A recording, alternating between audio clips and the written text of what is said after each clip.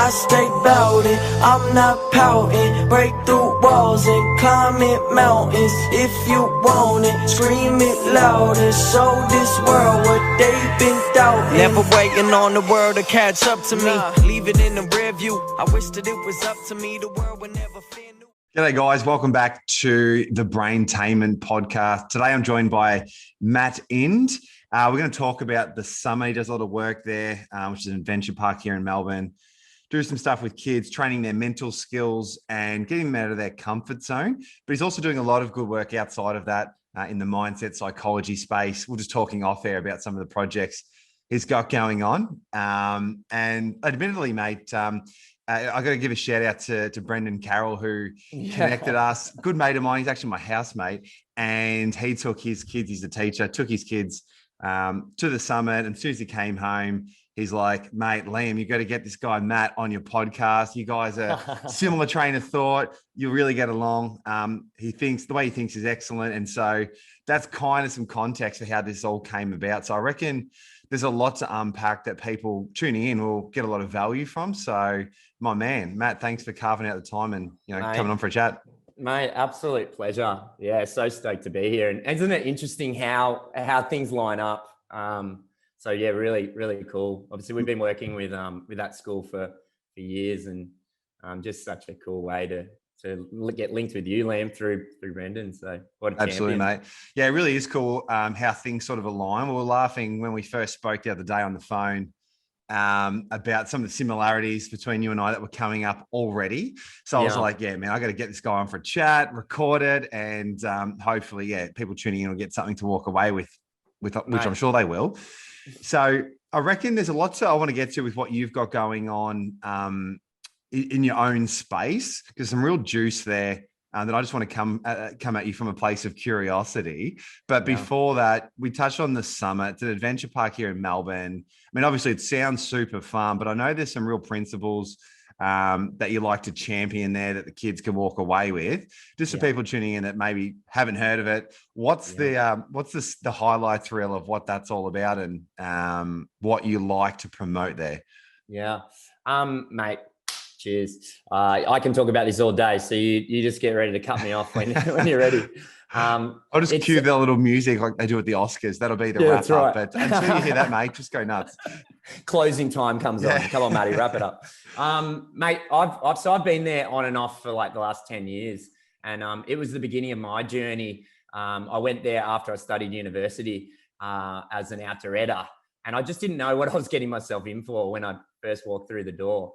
But the idea behind it is to take kids really on a journey over 3 days where they connect with each other in a way that maybe they haven't before, with a bit of vulnerability and some real conversations. And the activities are a catalyst for that.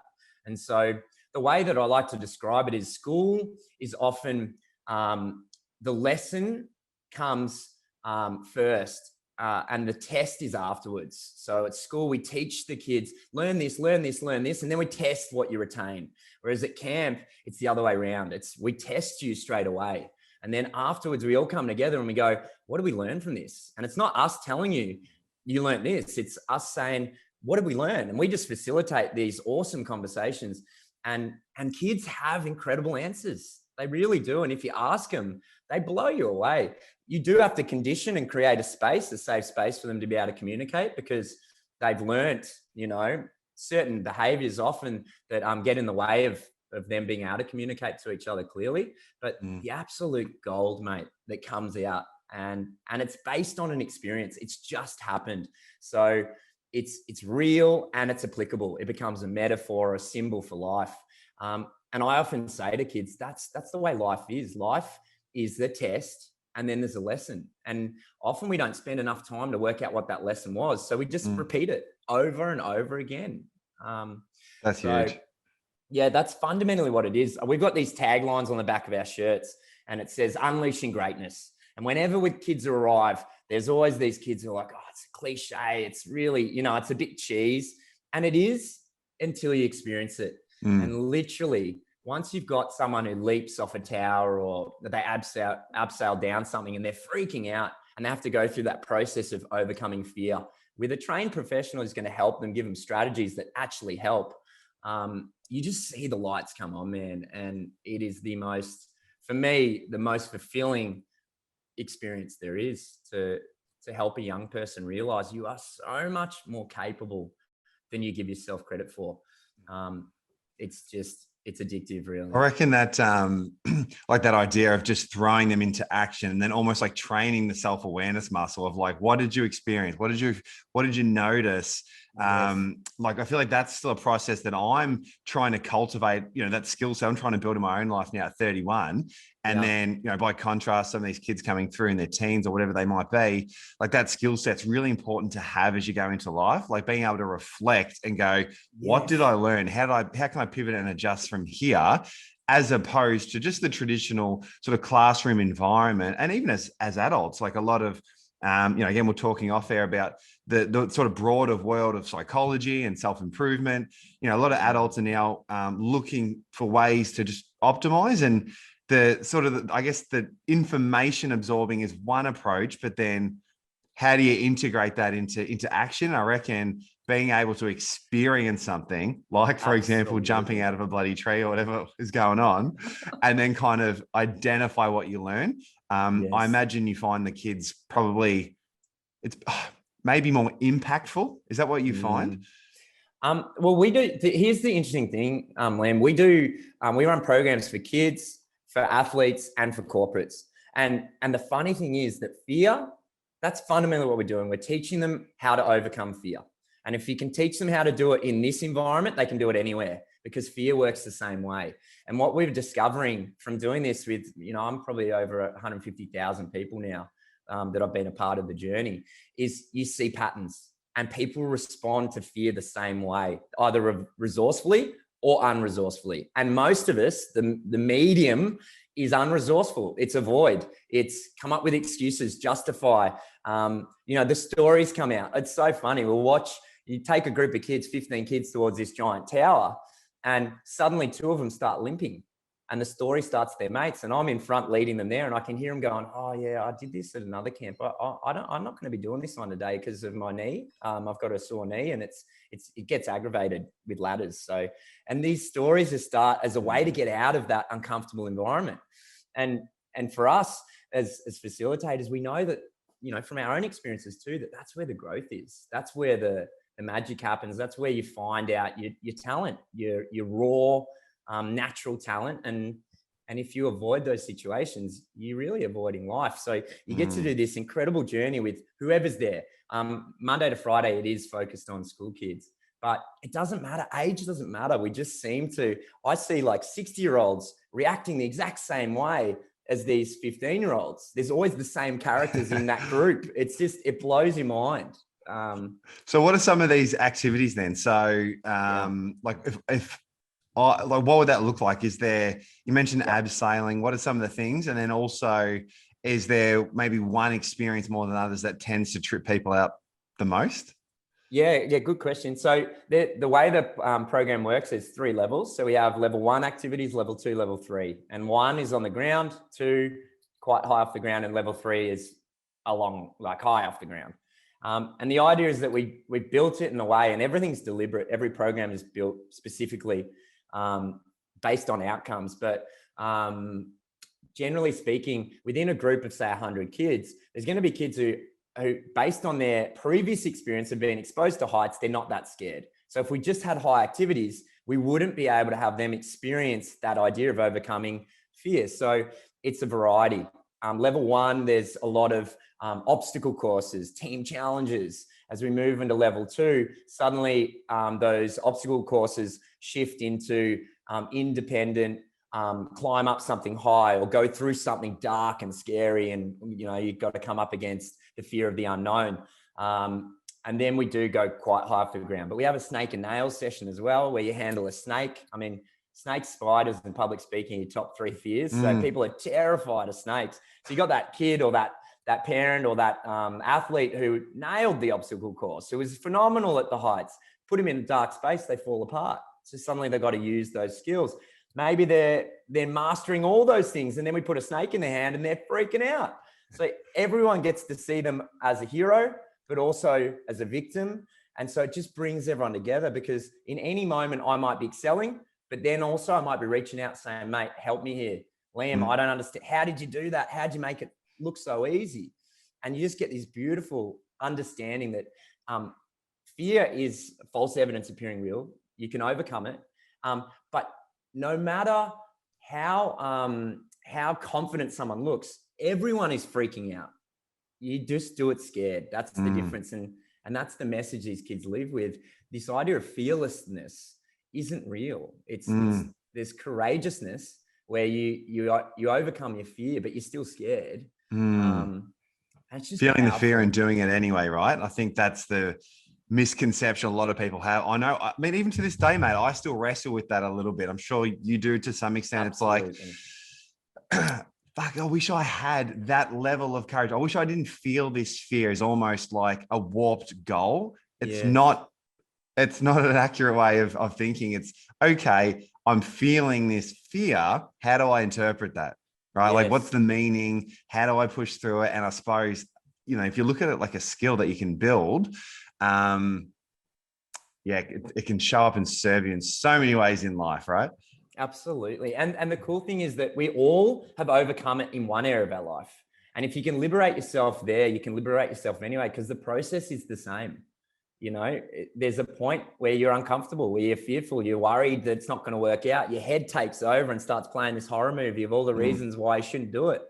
But if you can push through, that fades away. Your body finds a way. And more often than not, you get a better result than you ever would have anticipated just by trying. Yeah.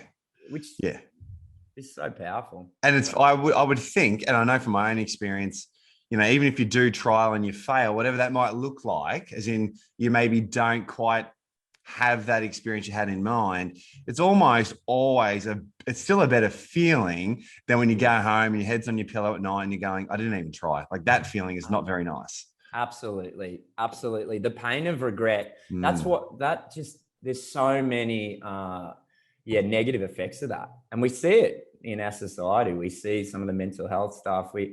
I really believe that, give it a crack and learn. As long as we're progressing, we feel good about ourselves. If we're not taking chances, we're not gambling, we're not willing to make a mistake, we're not willing to learn, that's when we start to run into some problems. Mate, I agree aggressively. You would have picked up so much from your time at the summit, of course. I know you've got some other stuff coming up that you're diving into. Again, we're talking about that off air. What does that look like for you? And then let's unpack that a little bit. Mate, isn't it? So there's my role there. I train a lot of the guys. And so this place has held me accountable, because you can't preach and teach unless you do. And so I'm so blessed to be, for 4 years now, leading this team and encouraging and inspiring them, and then consequently the people who come. But it's actually kind of fucking painted me into a corner now where I'm forced. There's no choice. I'm forced to chase my dream. I'm forced to do this. And I'm both terrified and grateful because I'm going to be leaving at some point this year. And that's scary, but it's for a reason. It's to take everything that I've learned and to now spill that into my own dreams and my own passions. And some of them are, there's some big goals there. And so there's, that fear is real. Just a little caveat I just want to highlight for people. I think it's really important. So, pretty clearly you can see already talking to you, mate, you've got this passion, this enthusiasm for life, and you've spent a number of years in this program where you're not just facilitating, you're also experiencing, and you spent a lot of time building the mental skills and also practicing getting out of your comfort zone, right? Yet still, you've got your own sort of fears and concerns, insecurities that come up as you transition to something new. And I think that's really important. It's so easy just to get trapped going, that person can do it, that person can do it, they've got this, they've got that. They don't get fear, just going back to that little fear piece earlier. So I love that. And I hope you don't mind me sort of acknowledging that. Mate, I think that's important. It's really crucial for people to kind of identify that, like, hey, we've all got stuff going on. Let's still, let's still go through it. Right. And I think that's, let's glorify that. Yeah. Let's not glorify this idea of overnight success or he's or she is just phenomenally and talented. That's bullshit. I really believe that we all have natural talents. covered up by excuses, limiting beliefs. So courage is number one, and that's just doing it scared, having the courage to participate, to get in there and give it a crack, and the vulnerability, right? And I don't think that those skills, that depth of character, that's in anything you want, you're going to have to go through that.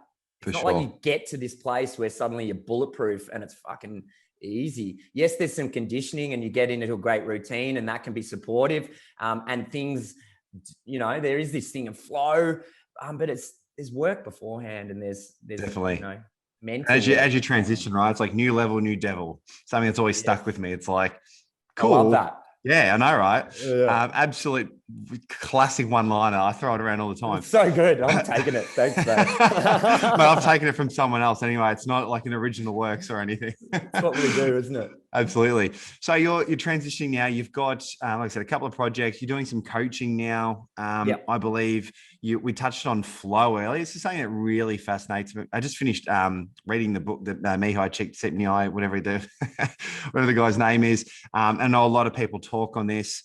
Let's maybe dive into that. What have you found? I guess what's drawn you to that work in terms of flow, and what can someone listening maybe take away as what can they start practicing this week to start trying to experience that sense of flow? I love it. The tangibles. How can we access this? That's what it's all about. Mate, for me, so we had COVID hit, and then there was a series of things happening, but I was looking at very little work as well, and aware that I needed to pour myself into some stuff for my own well-being. And I'm passionate about surfing, skating, and I just poured myself into them and found myself, remotely working a little bit, but also I'd leave this Zoom call and then go skate for an hour, and then I'd come back to work. And I just started reading a lot of content. Jamie Wheeler's book, Stealing Fire, which I recommend to anyone, is just incredible, particularly if you're a bit of a science nerd. I'm such a geek. I haven't read it, so I'll add that to the list. Check it out. It's epic. And he's opened up a couple of really big flow sort of companies, and has been pushing that for the last sort of 10 years. And I just spilled into it, and mate, it's a phenomenal state to be in, and it's totally obtainable by anyone.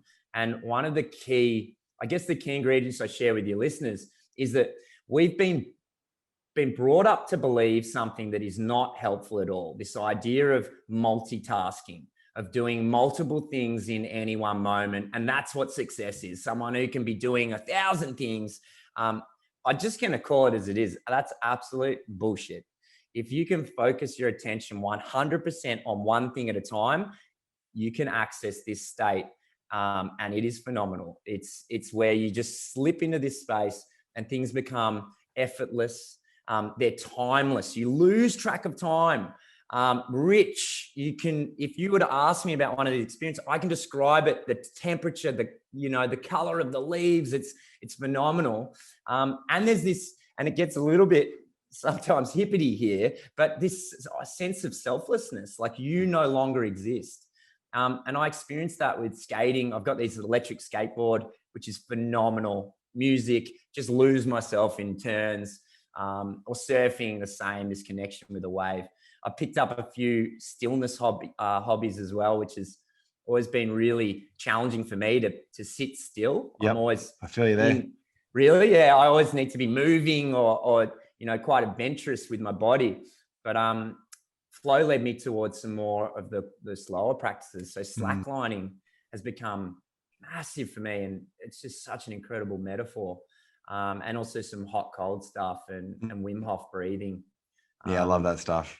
Isn't it? Cold showers every day. Man. Fun. Yeah, man. Haven't missed. How did I not know about it? You know what I mean? How have I got to 34 years old? I feel you, mate. I've been about 2 years on now. Cold showers every morning. If I'm into funk, I might do some hot colds in the afternoon as well. Yeah. Just that sort of therapy, just to shift my mood and state, works dramatically. And like you said, the breathing. But yeah, like I remember it's probably the first 28, 29 years prior to that. It was a 40-minute hot shower just to kind of mellow out, like hoping I'd sweat out the blues that I was in. Yeah. Mate, the one thing that happened to me with this cold immersion that blew my mind, man, was that I realized, this is why I think it's so important that people experience things. We need to experience more because the lessons come from within, and that's where it's profound, like human change. But I'm sitting in this cold water, and I've always told myself this story of I'm quite lean, that I'm too thin. Mate, this is getting weird how similar we are. I'm the same, mate. I'm 6'5" and I look like a twig. This jumper's helping a little bit, but so I have this belief that I can't go in cold water, that I feel the cold too much. Yeah. But I want to break through this, right? I want to conquer this fear. So I start doing this cold immersion. But the message was clear after doing about 10 times. On the 10th time, it isn't the cold that's really having a negative effect on me. It's my reaction to it. That when I just relax and trust the process and breathe through what I'm going through, my body just accommodates, and I'm not cold anymore. And I get to this incredible space of peace that's just phenomenal. And the message, is just so clear. It's our reaction to things that causes pain, not the things that we're doing. Yeah, definitely. And that's just spilled into so many areas of my life now, where it's kind of a reminder, Maddie, it's your reaction to this conversation that's causing you pain. Or Matt, it's your reaction to the idea of not having constant money coming in. It's just been very powerful. Mate, I love that. It goes back to that idea of like, nothing is good or bad. It's our thinking that makes it so, right? Simple platitude, may have heard it a number of times, people tuning in, but it's like, okay, let's maybe pay closer attention to that. Yes. That's pretty bloody accurate. Yeah, nothing absolutely. good or bad. It's our thinking, and you've touched on it already, which I love. Maybe it's our belief system, so limiting beliefs, conditioning. Of course, there's variables that come into play that'll determine how you interpret these things. And it's not necessarily about controlling the event every time, but you probably can, over time at least, train your ability to control, or at least impact, like your experience, how you react to things. Absolutely. Right? And sometimes the control comes from letting go. Letting go of control. Like, I just love this. That's hard though. Isn't it? It? And just talking about the coaching, that's one of the areas where people seem to struggle the most, this concept of surrender, letting go. But again, Wim Hof really helped me with that. And it's a great metaphor. I tell people, hold your breath for as long as you can. And at some point, you're going to fucking let it go, aren't you? Like you have to. And it teaches you that there is no how, it just happens. You just do it. And I just want to go back to the flow piece really quickly, because I love it. So you touched on some stuff there. So that sense of selflessness, you lose time. You gave some examples there before of like skating and surfing. For me personally, like I know very much around sport as well. So like moving my body, like when I'm playing tennis and I'm like in it, and it's like, so you play tennis? Mate, I play tennis. Yeah. Mate, I play tennis. Let's play tennis. Liam. On, Oh, mate. We'll do a round two. We'll just record the performance. Done. Absolutely, mate. That sounds exciting. I've got a couple little niggles at the moment. I'm training for a triathlon, so I've got some niggles. I'm trying to. It's keeping me off the court, but so I play tennis, and when I'm in that state, particularly when there's like, from there, I think it's a big part of that flow piece as well. It's like when the challenge is not too drastic, but it's also not too easy. Yes. So if you're half decent, we'd probably both slip into flow pretty easy, and we'd have win or lose, we'd probably have an amazing time. And that's why I play for the great shot, not for winning anymore. When I was a kid, it was like, I want to crush you. Yeah. Now it's like, I want a great moment. Your shot or my shot, I don't care. Yeah, dude, I love that. What are some ways that people might be able to experience more of that? Like, is there a process to help identify that? So clearly, tennis, surfing, skating, you've got that. Obviously, I've got tennis, other things. Like even sometimes when I'm reading a book that I'm really fascinated with, I'm like, yes. And like for so long, I've considered myself like not a great reader, but yet sometimes I'm like, go down a rabbit hole of like science or human psychology. I'm like, where the fuck's the hour going? Exactly. The feeling's amazing. And people to some extent may have experienced this at some point over their lives. How do they start going? How do they start exploring ways to find that? Like is it a trial and error process? Is it a matter of just maybe being aware of not trying to do 87 things at once? Yeah. Is that a good place to start? Mate, these are great questions. And this is why we built Flow Hub, is to take people on this journey. Because again, so many of these things, you got to experience it. Once you experience it, then you can do it. if you haven't consciously experienced it and you don't know what the process is, then it's like hit and miss. It's kind of like throwing darts at a dartboard. You hit a bullseye eventually. Woo! Oh, I got that flow thing. That was incredible. How do I do it again? And so that's why we built this place, and we take people on a retreat and we expose them to 10 different types. So 10 different ways. But the message is clear. You can access flow in anything you do. In a conversation, we're doing it now, man. It's so cool. In anything you do, but there's ingredients. You already mentioned it. There's this skill challenge equation. And for you to access flow, you have to have enough of a challenge and enough of a skill to meet it. If the challenge is too easy, you're bored. If the challenge is too great and you don't have the skill to meet it, then you're overwhelmed. So there's this delicate line through the middle, which we can be deliberate with.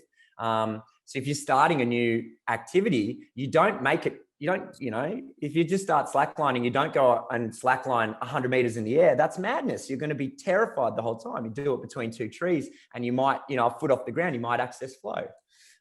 So the skill challenge equation is super important. 100% of your attention needs to be focused on that one thing. That one thing.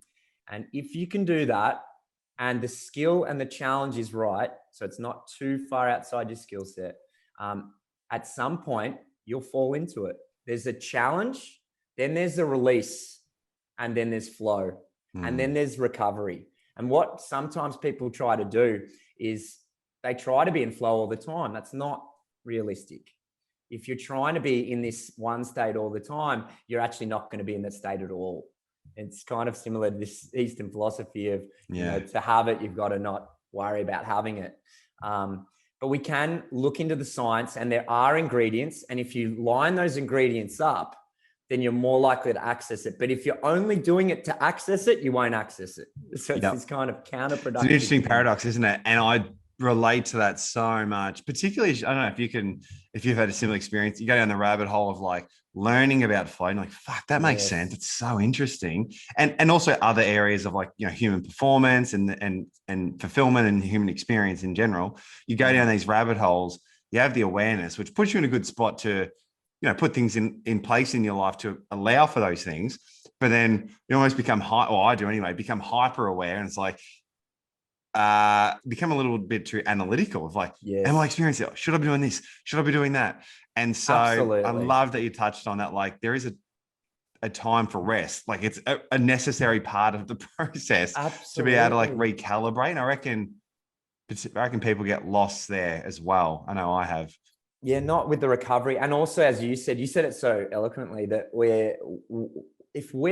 what am I doing? If it's constantly me, you don't allow for this part that we don't really understand. And I refer to it, we call it coincidence, we call it magic, some people call it God, some people call it the universe. There is the meeting of two worlds here. There's deliberateness, there's me, my head, and the ingredients. And I'm going to make sure I do all these things. And then there's a let go of how it happens. Trust that if I've done all I can do, now I surrender and I'm just here.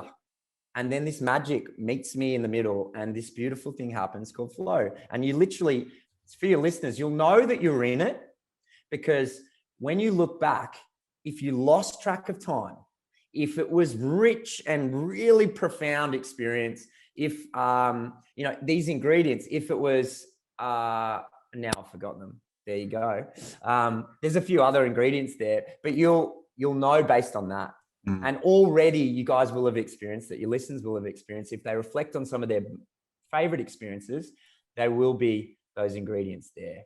And so is that something that you spend a lot of time with if you're doing some coaching? You do some one-on-one stuff too now, I think. And is that a big part of the challenges that people present with you? Like what are some other kind of challenges that you might help people through? And I guess what I'm asking is, are there certain pillars or life lessons that have served you really well that you find people get stuck with? Like what are some of the challenges, I suppose, outside of flow maybe that you found, some of your life learnings have been able to help people with?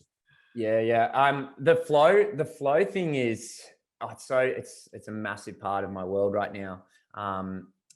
But the coaching is separate to it. They do overlap, but I don't coach people for flow. Right. If there's an opportunity for me to bring that in, I will. But most of the coaching I'm doing is with young people at the moment. And all of that is around identity. They don't know who they are. Dude, this is like, I need to crack open a bowl of red and sit in for 4 hours. Like, yeah. That's Sorry, all. I can't. Yeah, I'll let you. No, mate, I'm loving it. I'm feeling the energy, right? This is a subject matter that I am wildly passionate about. Me too. So you find people get trapped with like a narrative of who they are? Is that? Yeah, or the idea that they don't know. And so either way, decide. Choose who you want to be. So what I'm doing, some of the work that I'm really passionate right now is, I mean, as a coach, we have incredible amount of strategies. We have all these things that do make life better. And if you use these things, you're going to get better results. But what I'm discovering is that this comes after know yourself. It's in all the ancient texts. It's everywhere. It's if you don't know yourself, all this other stuff really doesn't matter. You know, that idea is growing up. I remember it was a quote that I used to hear a lot. Knowledge is power. Knowledge is power. It's not. Knowledge is just knowledge. It only becomes powerful if you use it, if you integrate it. And you can't use it if you don't know who you are, because you don't know what's you and what's somebody else. And you don't know whether you're using a strategy or you know. So I'd like to keep it simple. And what I'm realizing is these things are simple. They're not easy, but they are simple. And what we do from a psychological point of view is, because it's not easy, we make it complicated to justify the fact that it's not easy. Right. But it's fucking simple. So when it comes to identity, who do you want to be? Find 3 words that fucking light you up, that inspire you. Pick those 3 words and then focus every single day on being those things. I believe it's be, do, have. Take care of who you're being, and the doing will take care of itself, and you'll have all the things you want. But our society does it the other way. It's if you have all these things and you do all these things, you'll be this, you'll be happy. It goes the other way, I believe. It's focus on being happy, and you'll do all these things that lead to the things that you want. It's backwards. So I'm passionate with young people about focusing on who do you want to be, regardless of what the world's telling you. Yeah. Who do you want to be? Pick 3 words. And if you don't have that clarity, and you mentioned like the world sort of throwing information, like context is everywhere for us to draw on.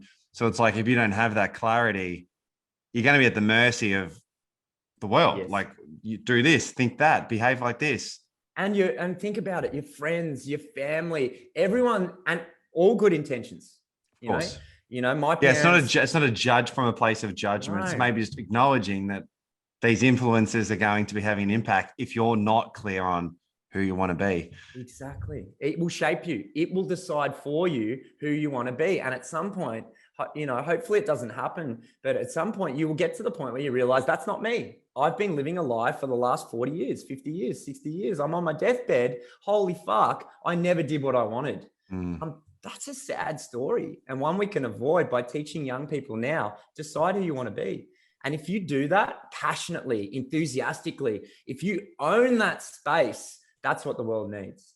It needs people who know who they are. Yeah, because anything that comes from you will be in line, you know, and it'll be serving, it'll be fulfilling. So powerful. I love that you said decide. Yeah. As opposed to, and it's funny because it's almost tongue in cheek, but there's a part of me that I have a soft spot or a curiosity around the more ethereal conversations as well, and the more like abstract stuff. Mate, we're gonna have another conversation offline. Another conversation, yeah, I know, mate. It's crazy. But I think people may get trapped. I know I have at different times in my life, thinking that like who you want to be or who are you? That question, thinking that the answers are, hiding under a rock somewhere that you need to find or discover, as opposed to this, like, how about you could just decide, and it gives you that sense of agency. That's a pretty empowering feeling already. Even if you don't have all the answers just yet, it's like just knowing that how this works is you get to, whenever that might come, you get to decide, and then you can work out, how do I show up this way daily? And that's obviously where the integration comes in, right? And that can change. That's the beauty of it. It's not fixed. Pick 3 words for this year. You know, the reality is for me, like I did this a long time ago. I still have the same 3 words because that's who I am, but they could have changed and they might change for some people. You know, you might decide, you know, young Liam might pick these 3 words. And then in 5 years' time, it might be, you know what? I am that now. I have become that. I want to realign and pick 3 new words. Yeah. And you build yourself out of that space. But for me, you know, growing up, I used to get picked on when I was at school for being kind, you know, sensitive. And that wasn't cool when I was at school, you know, like that was perceived as weakness. Yeah. So that's part of my story now as a man. I'm like, no. I will own that space. I will educate the fucking world that kindness is the ultimate strength. So that's dialed in forever. That's never going anywhere. And that's a spiritual practice too. That's love in action, right? Every day I have the choice to be kind. I'm driving down the road and there's someone broken down. I could stop my car and help them. And there's times where I do and there's times where I don't. And if I don't, then I'm like, Maddie, you had an opportunity to practice that value and you avoided it. Why? Because I prioritize time over that connection. And so there's this constant work and it's just so simple. For me, it's kindness, enthusiasm and courage. They're my 3 words and they play out when I'm having great days. I'm deliberate and I access those. It's a very, very useful place for people to start if they're kind of like, who am I? What's going like in that that chasm of like ambiguity. Yeah. It's just 3 words. What feels right? What are your values? And then being able to find ways to live in alignment with that, because living out of alignment with core values, I've found is very detrimental to mental health, to how we feel about ourselves, to, you know, fulfillment. And it's interesting you mentioned relationships. Oh, dude, it's interesting you mentioned that kindness piece and sort of that vulnerability piece as a man. That's something I'm very passionate about as well. Now, my story is a little different. Fortunately, I, you know, didn't necessarily get picked on. However, I did very much hide or put masks up. Yes. Right. To kind of shield these pieces of me that felt fucking awesome if I lived in alignment with them, but I wouldn't because of the, you know, cultural norms and what have you. Spent a lot of time in footy clubs, still love it. Love footy, love sports, right. But I think there's some work to be done around just encouraging more kind of authenticity, vulnerability. So it's interesting. I reckon people, if they're tuning in, are probably resonating, thinking, fuck, what's important to me? How do I feel when I live in alignment with that? Pretty good, I imagine. Yeah. How do I feel when I consistently live out of alignment with that? I imagine pretty terrible. Yes. And that's what I'm saying around it being simple. It's not easy, but it is simple. You know, people get caught up in this idea of, well, I don't know. Well, the reason you don't know is because you haven't asked yourself.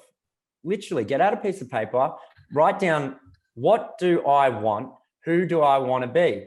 And then 1, 2, 3, have 3 spaces and you'll find the answer. Ask and you will receive. Is this a process people can maybe do like a number of times? Like if they're like, yep, sounds great, Maddie, I'm going to start writing stuff down, but I just haven't quite nailed what I'm hoping to get out of this exercise. Yeah. Is it possible that people may have to maybe trial that a few times? Maybe there's some limiting beliefs stopping them, some blockages. Absolutely. Yeah. Mate, what a great awareness there around the limiting beliefs.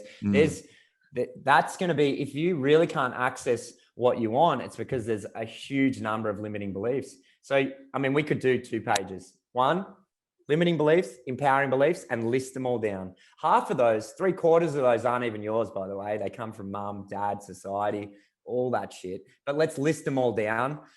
List down some of the ones you love about yourself. You love the fact that you love to make people laugh. You don't care what people think. You don't mind being a clown in front of people for a laugh. And it's not at other people's expenses, at your own. You'll have a list of these things you love about yourself.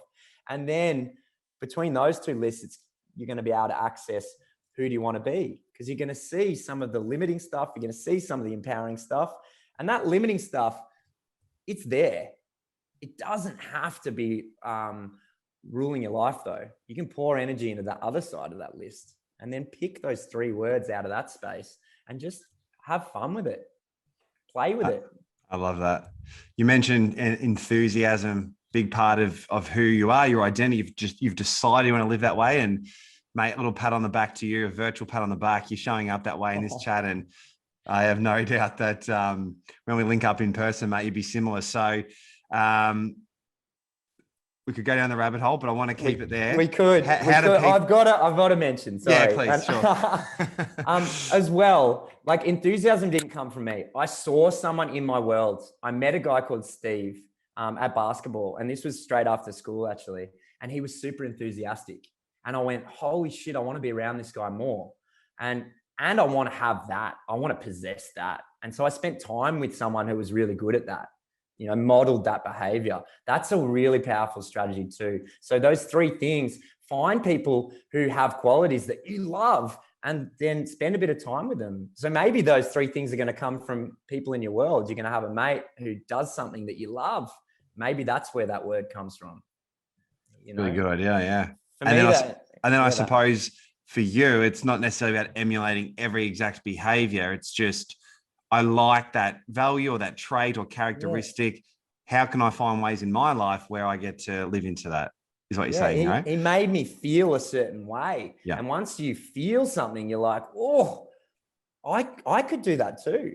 Just by being a little bit more enthusiastic, not doing that conditioned thing that school teachers are playing less than, you know, of that mediocre, that tall poppy syndrome. I'd met someone who just was so different, and I was like, oh, I want more of that. I want to be that.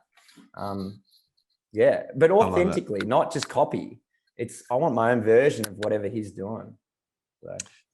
Mate, how can people hear more about what you're up to? How can they connect with you with whether it's coaching or the Flow project you've got going? And we didn't get a chance to talk about the work you're doing in Lombok as well. Oh, mate, that's exciting. But how do people connect with you? Mate, so obviously there's the social medias. I've got some stuff up on Instagram, which, you know, I'm passionate about, like putting up some things on there. That's soulsurfing.com. So really keen to, you know, share that with the world. And this flow stuff, mate, we're passionate. We got a team of 5 of us. You say I'm enthusiastic. I'd love you to meet Rhino. He's just next level. But we've got 2 retreats coming up, which if you're comfortable, I'd love to share. Please. With your listeners. We've got Flow Consciousness, so they can jump online. We've got a landing page at the moment, and I'm pumped about this, man, because we've got a 5-star retreat, and it's going to be 18 people hanging out together, and it's pay whatever the fuck you want. You don't have to pay. If you don't have access to, you know, $2,000, then pay fucking $200. You know what I mean? Because it's about the experience. It's about men and women connecting and talking about flow and consciousness and presence. That's on May 17th and 19th. And where's that? Sorry? It's in Gippsland. It's in near Trafalgar, in this epic place. We've got a pool. We got a hot tub. We've got a freezing cold pool too. So we'll do hot, cold immersion. There's a tennis court, pool table, just this epic retreat. And we just all hang out together for 2 days. 3 nights. And that's www.flow-hub.com.au/flow-consciousness-retreat. And that's on May 17th to 19th. So yeah, jump on there and we'd love to see you there. And then there's this other one, Flow Discovery, in September. And you can access that through that same landing page. But that one's where we take people on 10 different experiences. So there's slacklining, there's skating, there's Wim Hof, there's hot, cold. We take people on giant swings, we leap off towers, and it's all around accessing flow and practicing it with a group of people. And then you leave and you have a way to access this yourself, and part of a community that's going to hold you accountable. And you're going to get a text from me saying, mate, have you been on that slack line, or have you been skating today? And there's meetups and link ups. And so, yeah, really excited to share that. Sounds incredible. I'll make sure I put the link in the show notes as well. And if the stars align, mate, I might get involved. See you there, mate. Love to. I'd love to have you, mate. You got to come to Shipwrecked as well. Come on over. We'll chat about that afterwards. But I reckon if you're a tennis player, you're probably pretty good at surfing. I haven't had it in a little while, so it could be rusty. But mate, I'll blow out the cobwebs, and then and when the knee's right, we will we'll have to. So your have a crack knee, at the code. my ankle, mate. We're in the wars. We're in the wars. My ankle. We'll keep the good vibes here. We'll take the soreness talk off air. But mate, really appreciate you carving out the time. Fucking epic chat. I know people got tons of value. So until the next one, mate. Appreciate it. Mate, thanks so much for having me. And yeah, just real grateful to be here. And mate, to meet you, there's so much synchronicity. So thank you for the opportunity. Thank you to your listeners, and I hope they find some value, mate.